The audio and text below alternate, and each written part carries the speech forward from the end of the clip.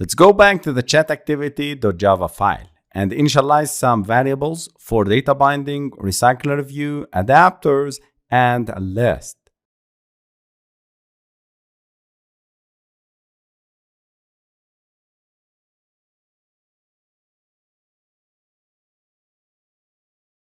Now let's move to the onCreate method and initialize these variables. I'll start with the data binding. So binding equals to data binding util dot set content view this r.layout dot activity chat.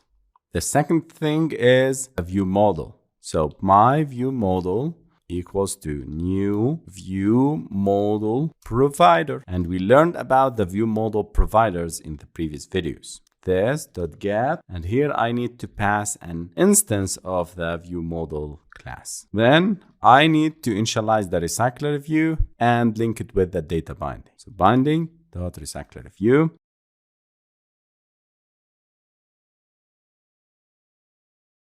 Remember, we need to display this activity when the user clicks on a chat group in the groups activity. So for that, I need to get the intent that we created in the groups activity. If we open the groups activity, the view model, and in the adapter, here you can see that we need to set the group name, and we set it the group name to the click to chat group.get group name. And here we get it from the array list. So this is the key and this is the value. So for that, I need to receive this key value pairs. It's very simple. I'm using intents. So group name equals to get intent method dot get string extra. And what is the name of the key? It's the group name. This is the key. So give me the key. I'll give you the value of the clicked item. And I need to get this clicked item, this clicked group, and pass it to the view model, my view model dot get messages live data, and here I need to pass the group name. And what is the group name? It's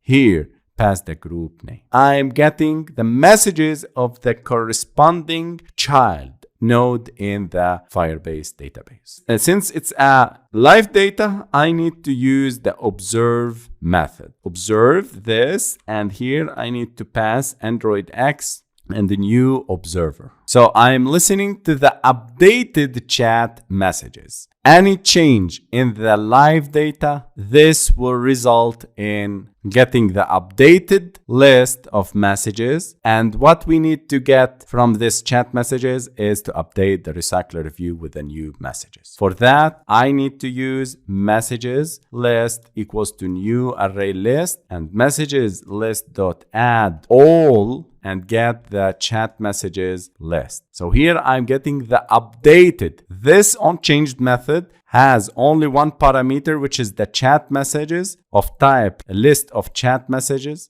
that is updated to the latest updates in the chat messages. So I'm getting the live data, updated version of the chat list. User adapter or the adapter, new chat adapter, and here I'm passing the message list and the context, get application context. Don't miss, I need to use the RecyclerView.setAdapter method, and I'll pass my adapter, and here my adapter.notify data set changed. When there is a new message added, I need to let the RecyclerView scroll automatically to this new latest message added. So for that, I need to use latest position integer equals to user adapter dot get item count -1. Here I'm getting the position of the latest item. And RecyclerView dot smooth scroll to position method and the latest position. Here I'm scrolling the RecyclerView, forcing RecyclerView